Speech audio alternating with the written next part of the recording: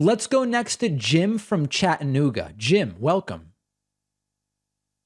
Hi, David, longtime viewer. How are you doing? Doing well. I guess my question is how to reframe uh, kind of basically the basic idea is there's going to be pain. And I think Democrats are struggling with this.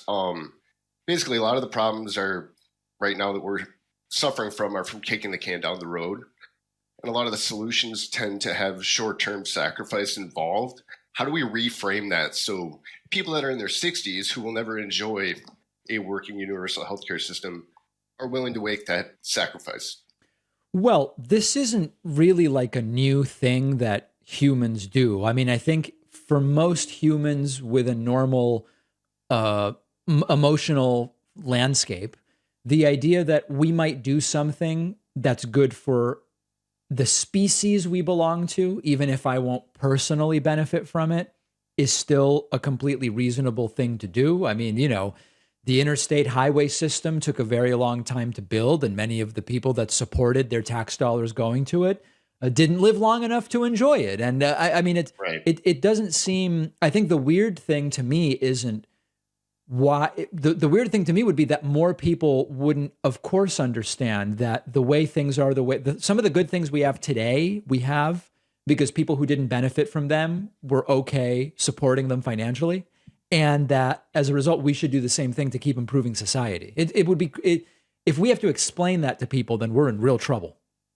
So you don't think the attitude around that has changed? I think that it hasn't changed in terms of people's emotional understanding of it, but I do think that the political system we have, including these terms of 2, 4, and 6 years that don't really encourage long-term thinking, they encourage what can I do to justify my next reelection. That definitely is not good. Right. And I think that's just a feature or Yes, maybe a bug, but yeah, our absolutely. current system. Thank you, David. All right, thank you. Maybe just one more thing. I'm Sure. getting a vasectomy next week, and I thought maybe you could comment on that. I'm 36, no kids. That's interesting. Many urologists won't do a no kids vasectomy for people your age. What was the conversation like? Well, I found one in Georgia, so I'll be traveling. Oh, so you're admitting it was hard to find one. You had to go to find one in a different place. Not just find one, David. Find one that's affordable, like under $2,000. It's not just it. If you don't have money, you can't just go. I don't know. People think that these things are just out there to go grab Yeah. off a shelf somewhere. But did you talk to urologists who said, for someone in your situation, I don't really do vasectomies. You don't have kids. You're only 36. I honestly didn't even look here in Tennessee because I didn't want to deal with it. Oh, okay. All right, good. I Well, so why are you doing? You're just very sure you never want to have kids.